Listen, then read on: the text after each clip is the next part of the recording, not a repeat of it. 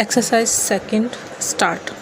The house may remember the talk about building up the northern tier defense and about the Baghdad Pact.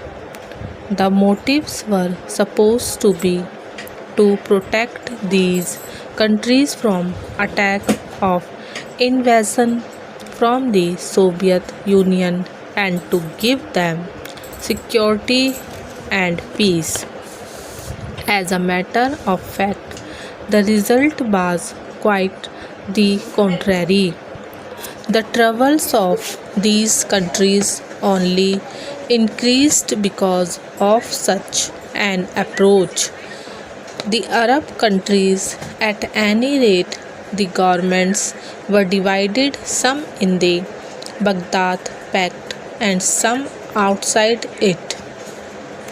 While the government carried on a cold war against each other, the people almost in every Arab country were powerfully affected by this side of Arab nationalism.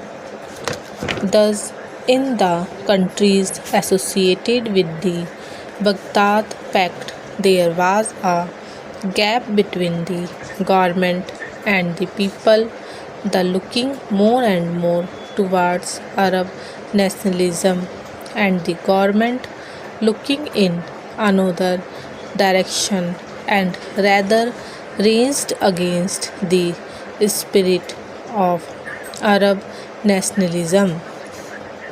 I believe it surprised even the people in Iraq and Egypt.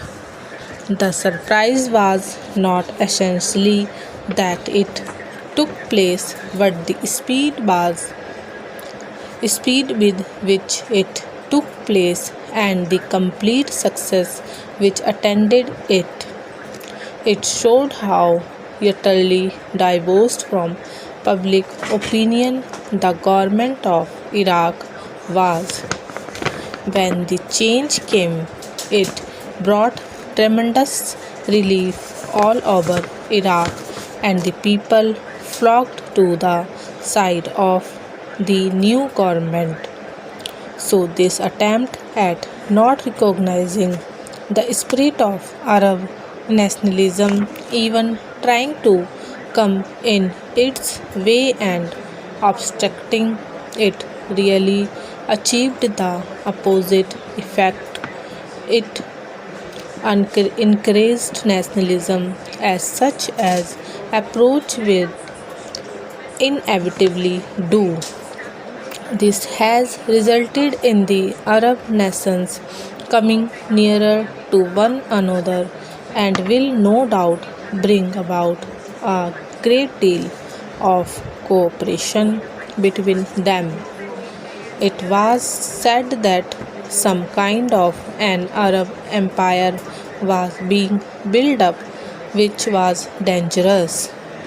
I do not know about the future, but I see no empire, much less an Arab empire. The theory of the vacuum is sometimes advanced as if the removal of the influence of some great powers must necessarily be filled in some other powers. It is an extraordinary appraisal of the situation which does not recognize the effect of Arab nationalism, which has become such a dominant force. We are convinced that any of the problems of West Asia must be based on the recognition of the dominant urge and force of Arab nationalism. Any settlement must have the goodwill cooperation of the Arab nations.